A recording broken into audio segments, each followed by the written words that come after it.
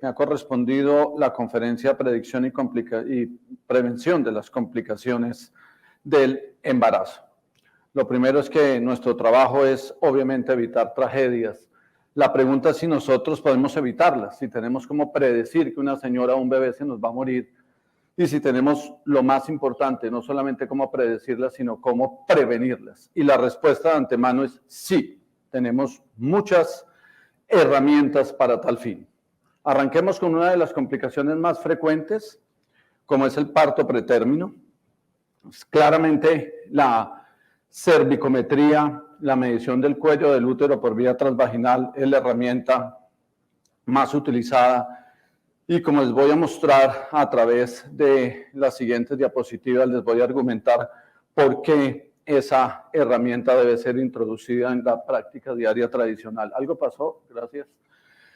Estas son las curvas internacionales, los estudios más relevantes donde ustedes pueden apreciar en las gráficas de abajo. No sé si hay un señalador o lo hago aquí con el computador. Bueno, como ustedes pueden apreciar, entre más corto es el cuello de una paciente embarazada, mayor es la posibilidad de un parto prematuro. Y esto pues se ha replicado en múltiples estudios a nivel internacional.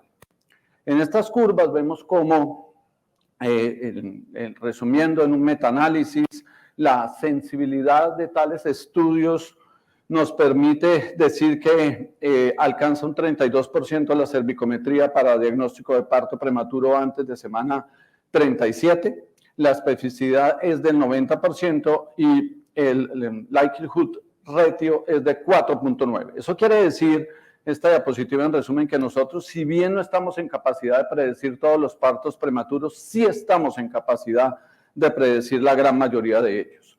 Por eso, a pesar de que algunas sociedades científicas a nivel internacional aún discuten si es costo efectivo introducir la cervicometría como un parámetro de vigilancia del embarazo, sin duda la propuesta que les traigo a todos ustedes y que creo que debe ser parte de nuestra práctica es que sí, el tamizaje para parto pretérmino debe ser parte del control prenatal sin dudas. El punto de corte a nivel internacional han venido siendo los 25 milímetros. Y si es mayor a 25, ustedes pueden observar en la gráfica cómo la mayoría de pacientes llega a semana 38 y luego obviamente inicia su trabajo de parto. Pero si el cuello en algún momento mide menos de 25 milímetros, entre más corto, más rápido va a llegar ese bebé al mundo. Pero observen cómo si hay una fase latente. No es que nosotros diagnostiquemos un cuello en 20, 25 milímetros y al otro día esté naciendo el bebé. Ustedes tienen ese espacio de tiempo para evitar todas las comorbilidades y mortalidades que pueda tener ese ser humano en su vida futura.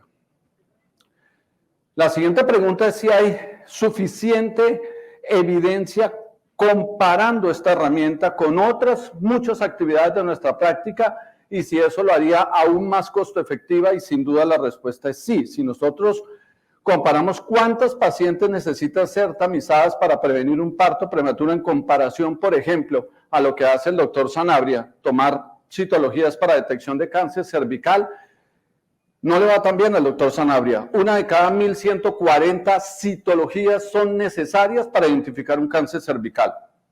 Mamografía tampoco le va bien. Señoras alrededor de los 50 años necesitan 543 mamografías, necesitamos hacer para detectar un cáncer. Entre 40 y 49, 3.125.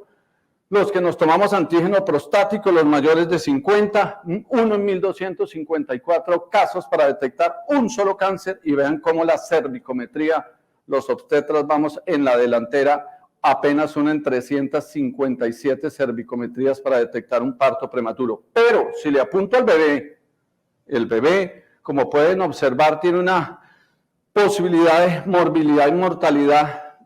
Necesito, si es menor el cuello a 25 milímetros, apenas una de cada 218 vamos a encontrar un caso de identificación de parto prematuro. Esto es lo difícil, y es que el parto prematuro sin duda es un síndrome. Todas estas son las causas. La gran ventaja es que las dos causas que están en rojo, ahí ustedes pueden intervenir cuando declina la acción de la progesterona, cuando la paciente tiene una enfermedad cervical. Entonces, hay tratamiento, hay prevención para un parto prematuro. No hay la más mínima duda de que la progesterona lo ha venido demostrando. Este es el metaanálisis más importante reportado en la literatura mundial, publicado en el 2018 por Roberto Romero y el doctor Agustín Conde. De allá para acá no han aparecido publicaciones relevantes y como ustedes pueden observar en la diapositiva, es clara el efecto de la progesterona en la prevención del parto pretérmino, alcanzando un RR, como pueden ver en la esquina lateral derecha, de 0.6. Pero si miramos en todas las edades gestacionales, si empezamos a dar progesterona en todas las edades gestacionales, ustedes encuentran desde semana 28 a semana 37 una reducción estadísticamente significativa en la posibilidad de parto prematuro. Y si miramos las otras comorbilidades, distrés respiratorio, una disminución del 53%, morbilidad compuesta neonatal, 41% de reducción usando progesterona, parto de niños que pesan menos de 1.500 gramos, 38% de reducción, ingreso a unidades recién nacidos, 32% de reducción. Díganme si este no es una muy buena herramienta para ser utilizada todos los días. Es sin duda, un consenso de que la progesterona vaginal reduce el riesgo de parto prematuro y mejora el resultado perinatal en mujeres con cuello corto. Y es difícil encontrar acuerdo en todas las asociaciones científicas, sobre todo las que están del lado del océano y las norteamericanas, pero todas impulsan la misma política. Señoras que tienen un cuello corto, que tienen un antecedente de parto prematuro, se benefician sin duda del uso de progesterona. Y si lo comparamos con otras intervenciones obstétricas de nuestra misma especialidad, observen cómo para prevenir un caso de eclampsia necesitamos tenemos un NNT de 100. Necesitamos tratar 100 pacientes con preeclampsia para evitar una eclampsia. Para evitar una preeclampsia con aspirina necesitamos tratar 72. Para evitar una parálisis cerebral necesitamos tratar 52 con sulfato de magnesio. Y nuestra principal herramienta, sin duda, en obstetricia siguen siendo los corticoides. La disminución de síndrome de dificultad respiratoria tiene un NNT de 11 y la muerte neonatal de 22. Pero observen dónde se encuentra la progesterona, muy cerca a eso. Es decir, pasa a ser en este momento la segunda herramienta en obstetricia más importante de la práctica diaria. El cerclaje, por supuesto, es una herramienta adicional. Estos son los trabajos de Vincenzo Verghela, tal vez la persona que más ha estudiado y que más sabe del tema, y como pueden encontrar en la reducción de parto pretérmino encuentra un RR de 0.7, también es una medida altamente efectiva. Esta es una metaanálisis de comparación indirecta entre que hace el doctor Agustín Conde y nuevamente Roberto Romero entre progesterona y cerclaje, y esa comparación encuentra que son igualmente efectivas las dos. Si son igualmente efectivas, ¿para qué lleva una paciente a un quirófano y la lleva a una anestesia de unos riesgos? Lo primero que hay que iniciar siempre, obviamente, es progesterona, y en aquellas pacientes que no la toleren o veamos progresión de la enfermedad, esas sí tenemos indicación de hacer un cerclaje. Vamos a la siguiente complicación. ¿Pueden ustedes evitar un óbito? Tal vez la complicación más dramática que tenemos los obstetras y probablemente la que nos lleva a la mayor cantidad de demandas hoy en día, porque le ponemos mucha atención al diagnóstico del síndrome de Down y la sonolucencia. En los maternofetales nos centramos en lo que ustedes ven a la izquierda de la diapositiva, pero vean cómo la posibilidad de un mortinato es 3 a 4 veces más frecuente que la posibilidad de que nazca un Down. Nos van a demandar más porque se nos muere el niño con seguridad a que no nos dimos cuenta de que tenía un síndrome de Down. Y lo más triste, observen cómo la mayoría de los Down, de los mortinatos, 2/3 de ellos se dan de semana 32 para adelante. Y 1/3 se da a término, es decir, cuando el bebé ya es más que viable. En cualquier hospital del mundo, un niño de 32 semanas hoy en día sale adelante. Esos son los que se nos están muriendo. ¿Pero por qué se nos mueren? Si miramos los factores de riesgo, sí, puede que la baja educación, pobre control prenatal, la reproducción asistida, pero la mayoría de las veces el factor de riesgo más importante se llama que el bebé viene pequeño y viene por debajo del percentil 10. Así que la pregunta es si nosotros podemos predecir un óbito fetal si la principal causa asociada son niños de bajo peso. La respuesta es obviamente sí, porque esa restricción nosotros podemos predecirla y diagnosticarla. En esta imagen ustedes pueden apreciar algo que le hizo un inmenso daño a la obstetricia. Y fue la publicación nada menos que de Cochrane y de este doctor Nelson que todos hemos oído. Y en la parte de abajo de la diapositiva, lamento no tener señalador para guiarlos, ustedes pueden observar cómo reportan un metaanálisis que fue el que hizo Cochrane con 27,000 mujeres. 9 estudios en las que decían, señores, hacer ecografía del último trimestre como parte del control prenatal, eso no lo recomendamos. Resulta que por esa no recomendación, como ustedes ya aprecian en la parte alta de la diapositiva en el estudio POP, pues decidieron hacer en el Reino Unido y en Estados Unidos ecografía del último trimestre solo si la paciente tenía complicaciones del embarazo, tenía factores de riesgo o la medición entre la sínfisis y, o sea, la altura uterina era patológica. Y dado eso, pues lamentablemente en el planeta, desde el 2008 hasta hace un par de años, solamente se diagnosticaban por hacer ultrasonido seleccionado a ciertas y no a todas, el 20% de los niños que venían pequeños. Cuando ya de rutina lo hacíamos, venga, no importa que el seguro la tenga que pagar, hagamos tamizaje, hagamos detalle, hagamos uno en el último trimestre, lo que ellos llaman ultrasonido rutinario, tenemos un 57% de detección.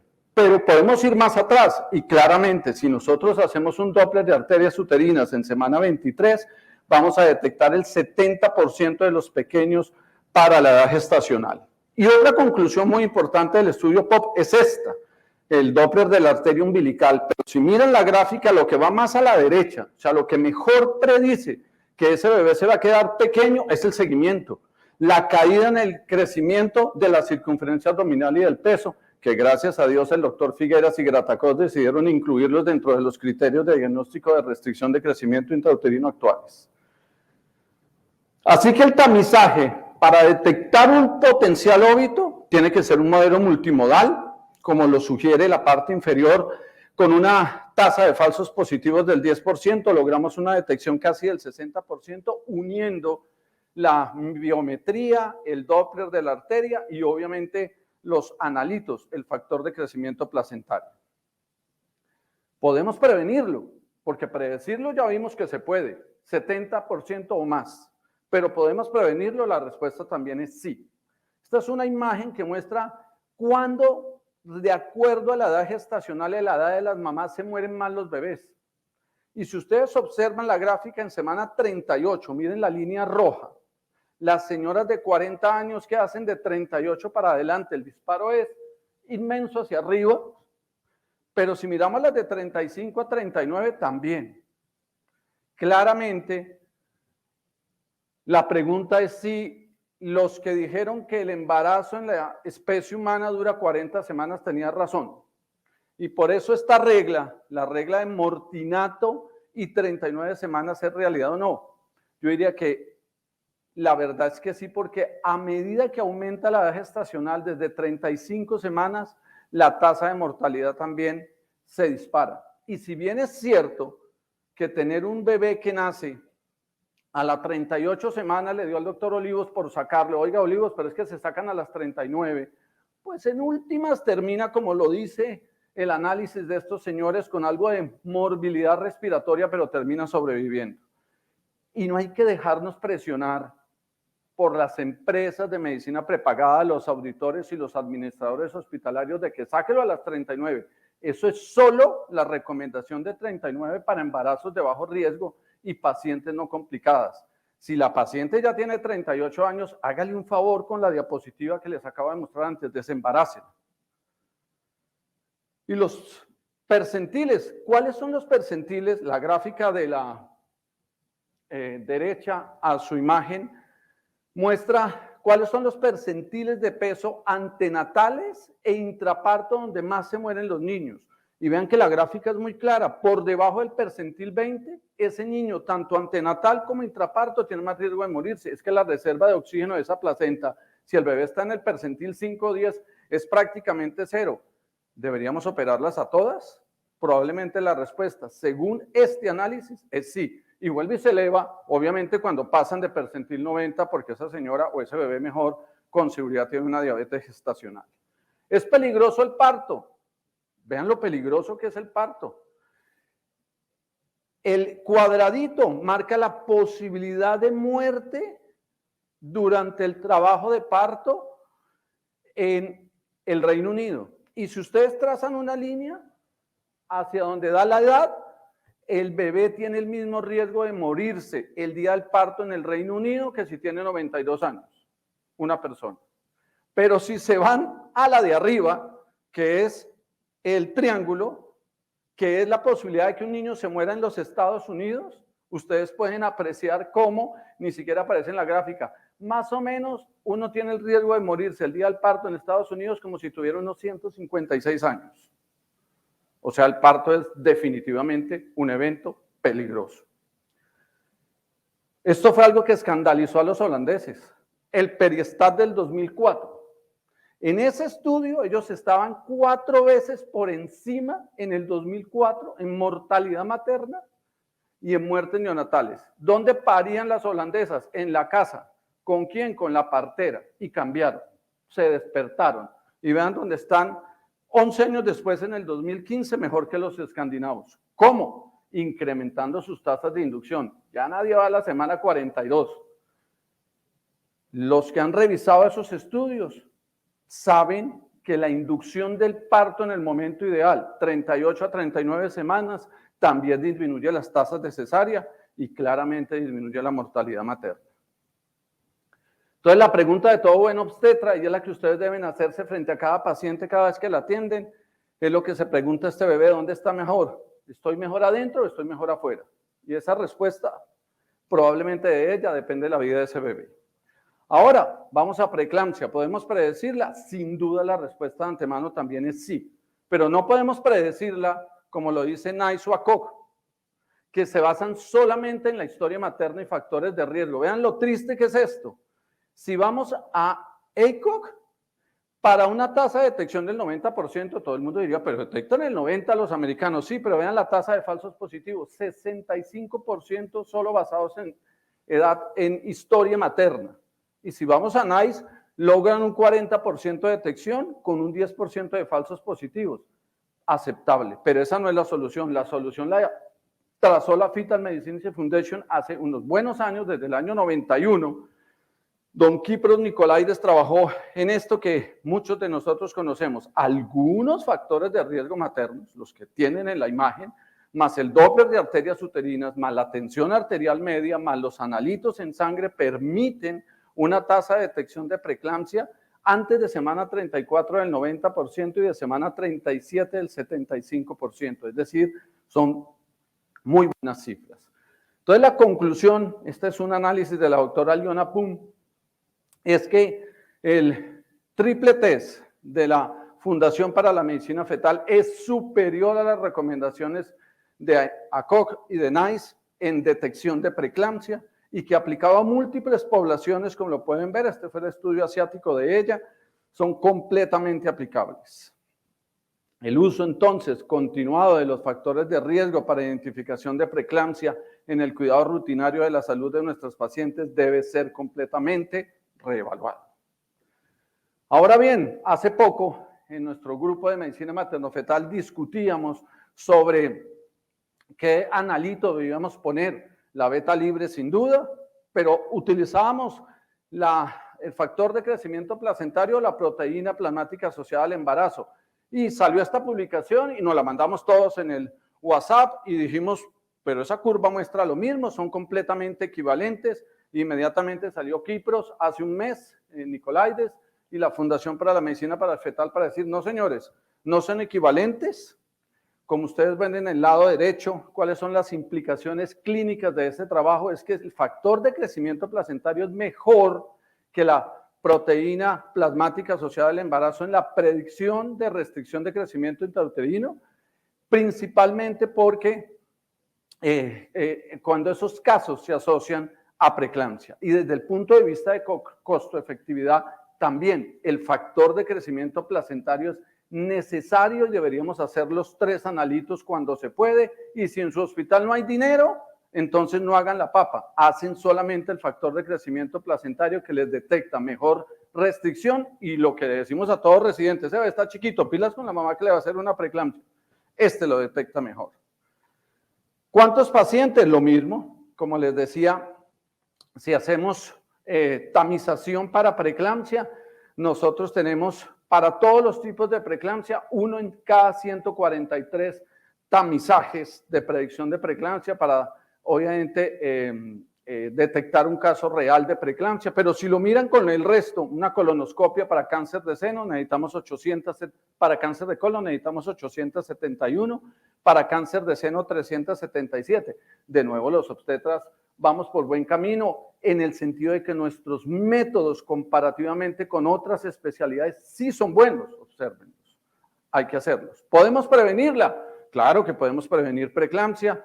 El estudio ASPRE, por todo el mundo conocido, ya lleva unos buenos años, publicado en el New England Journal del 2017, 29,000 pacientes, 150 miligramos, eso debe ser claro, comenzado antes de semana 16, mostró una reducción de tasas de preeclampsia del 82% antes de semana 34 y del 62% a término.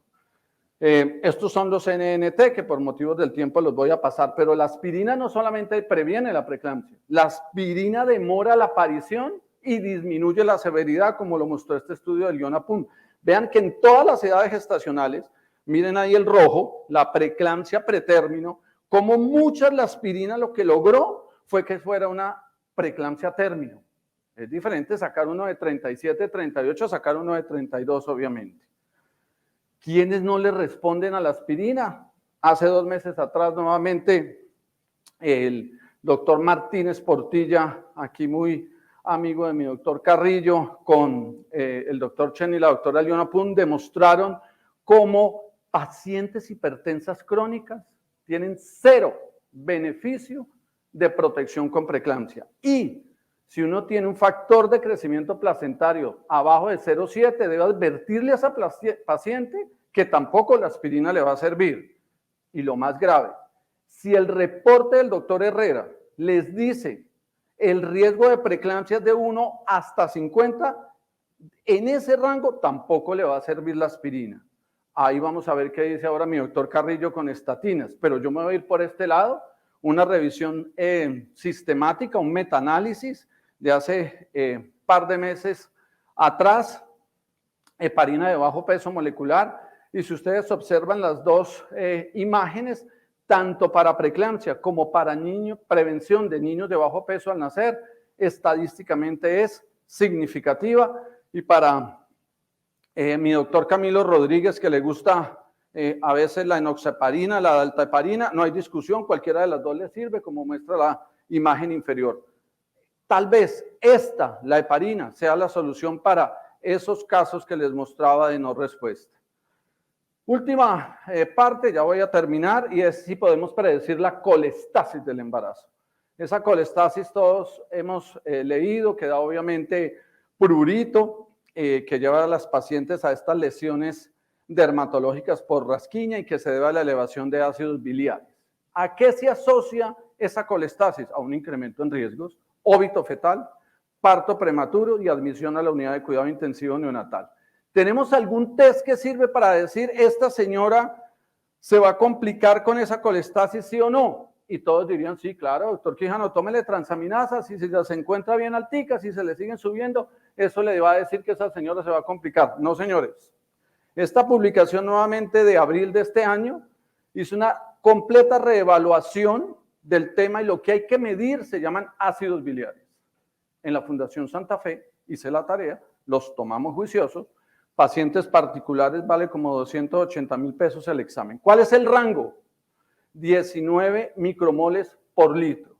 De ahí para abajo los ácidos biliares son normales, de ahí para arriba son completamente anormales, pero vean el umbral crítico en la diapositiva.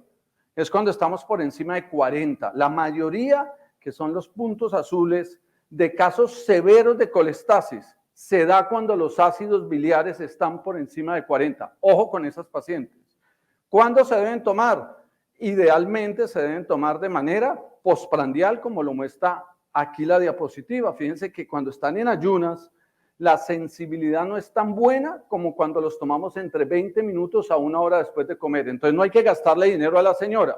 Le sospechan que tiene una colestasis, tómenle unos ácidos biliares, le dicen, vaya y desayuna, mija, y entre 20 minutos y 1 hora después, va y se toma sus niveles de ácidos biliares. ¿A qué se asocia? De nuevo, como ven en la parte alta de la diapositiva, son los ácidos biliares los que son más predictivos para detectar cuál de esos niños realmente se les va a morir, por encima de las transaminasas y por encima de las bilirrubinas. Esta curva muestra exactamente lo mismo. Las transaminasas son la línea verde,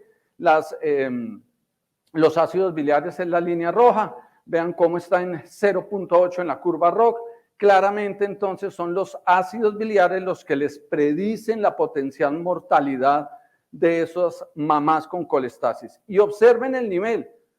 La mayoría arriba están en embarazo, en azul, en rojo están mortinatos, y como ustedes pueden ver en la imagen, por encima de 100 fue donde se murieron la gran mayoría de niños que tenían sus madres una colestasis del embarazo. Es decir, valores por encima de 40 son preocupantes, hay que estar atentos a esas pacientes, y por encima de 100 sin duda debe llevarnos a esto, considerar desembarazarlas entre 35 y 36 semanas. Ahí ustedes van viendo el aumento en la tasa de mortalidad de acuerdo a los diferentes niveles de ácidos biliares. Lo mismo sucede aquí. Vean cómo a medida que aumentan los niveles de ácidos biliares, la posibilidad de parto prematuro también va en aumento, es decir, su medición sirve para predecir esas dos complicaciones. ¿Les damos o no? ¿Me quedan 2 diapositivas? Un minuto. Un minuto, sí. ¿Les sirve o no el ácido ursodeoxicólico? Esta publicación también decía hace unos pocos meses, y creo que a todos nos llevó a pensar, creemos que ya definitivamente nada sirve para el tratamiento, porque decía, no reduce, como pueden ver, los resultados perinatales adversos. Gracias a Dios, este grupo inglés decide hacer un subanálisis y encuentra como la mayoría de las pacientes estudiadas tenían niveles por debajo de 40. Cuando cogieron el grupo que estaba por encima de 40, vean cómo la disminución en parto prematuro, que es la imagen de la derecha en azul, la disminución en parto prematuro y en mortinato sí se da utilizando ácido ursodeoxicólico. Es decir, ese debería ser nuestro tratamiento. Si se lo damos a las pacientes, les vamos a disminuir las dos complicaciones, tanto parto prematuro como mortinato. Bueno, los dejo con estas palabras de Gandhi. Primero nos ignoran, luego se ríen de nosotros. Cuando ya empiezan a pelearnos, es que ya estamos ganando. Muchas gracias a todos.